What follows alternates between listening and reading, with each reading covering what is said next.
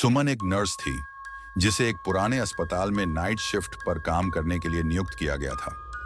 अस्पताल का एक वार्ड था जो कुख्यात था, वार्ड नंबर 13। कहा जाता था कि उस वार्ड में कई मरीजों की रहस्यमयी मौतें हुई थीं। एक शांत रात जब सुमन राउंड पर थी तो उसे वार्ड 13 से हल्की फुसफुसाहट सुनाई दी। वह वार्ड उस रात खाली होना चाहिए था, इसलिए वह अंदर जाने से पहले थोड़ी झिझकी। जैसे ही वह अंदर गई, लाइट्स झपकने लगी और दीवारों पर अजीब परछाइयां दिखने लगी। कमरे के कोने में उसे एक फीका सा चेहरा दिखाई दिया। एक महिला सफेद गाउन में खड़ी थी, उसके बाल चेहरे पर झुके हुए थे।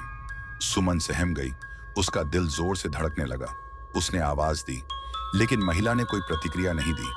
इसके बजाय वह धीरे धीरे उसकी ओर घूमने लगी और उसकी खोखली आंखें और एक भयानक मुस्कान सामने आई। सुमन पीछे हटने लगी, लेकिन वह महिला उसके करीब आने लगी। उसके पैर जमीन को नहीं छू रहे थे। सुमन भागी, लेकिन वह हल्की सी खिसकती आवाज हर कदम पर उसका पीछा करती रही।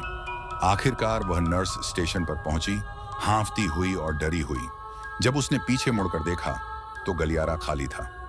अगले दिन सुमन को पता चला कि वर्षों पहले एक महिला की वार्ड 13 में अजीब परिस्थितियों में मौत हो गई थी। उसकी मौत का कारण कभी पता नहीं चल सका। उस दिन के बाद सुमन ने रात की शिफ्ट में काम करने से मना कर दिया, लेकिन कभी-कभी देर रात उसे वार्ड 13 से हल्की फुसफुसाहट सुनाई देती।